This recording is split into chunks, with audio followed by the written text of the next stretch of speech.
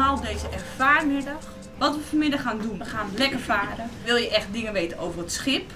Dan hebben wij hier meneer Zorgdrager en meneer Brouwer waar je terecht kan. Maar we hebben ook een paar leerlingen van onze school. Die zitten nu in het eerste jaar en die kun je ook van alles vragen.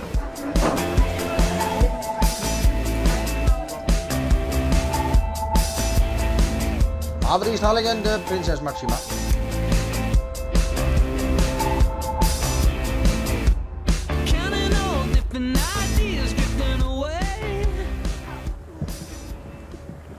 Kan je dan zo dichterbij staan tot ongeveer de anker?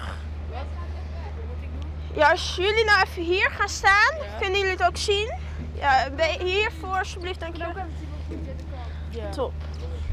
Je hebt het touw, die doe je door midden, want dan kan de lus nooit blijven haken. Je pakt nog een slag, die doe je over je vingers heen. En je houdt nog een slag vast, zodat je altijd genoeg touw hebt.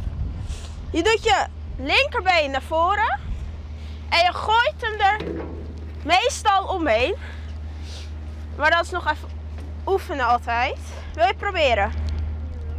We hebben een ervaarmiddag, dus je laat een beetje zien hoe het hier gaat op een echte schooldag. En om jongens klaar te maken, zeg maar, voor dit beroep. Nu naar links, zodat je nooit kan blijven haken achter de bolder. Er zitten maar 5 meiden op deze school, van de 200 jongens ongeveer.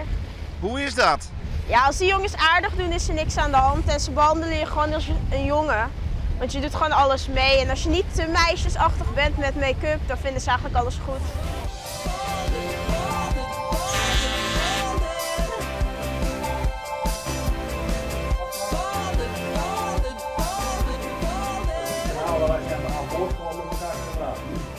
Als je nou een beetje stuurboord houdt, want je ziet waar de wind wegkomt, hè? Die komt van stuurboord in. Ja, van de haven. Ja. Dus dan gaan wij een klein beetje hoog opsturen.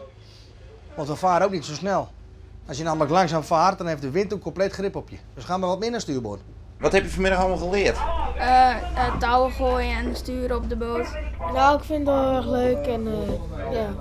Leuk dat je ook zelf dingen mag doen en ja, alles zien en zo. Omdat mijn broer ook op deze school zit en ik wil hier ook graag naartoe.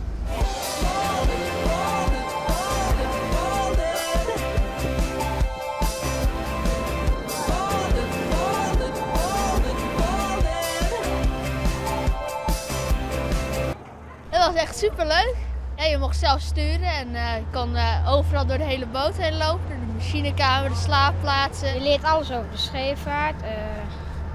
Je leert varen, je leert met iedereen omgaan. Ja, ik ga er denk ik wel heen. Ja, zeker. Ik ga er zeker heen.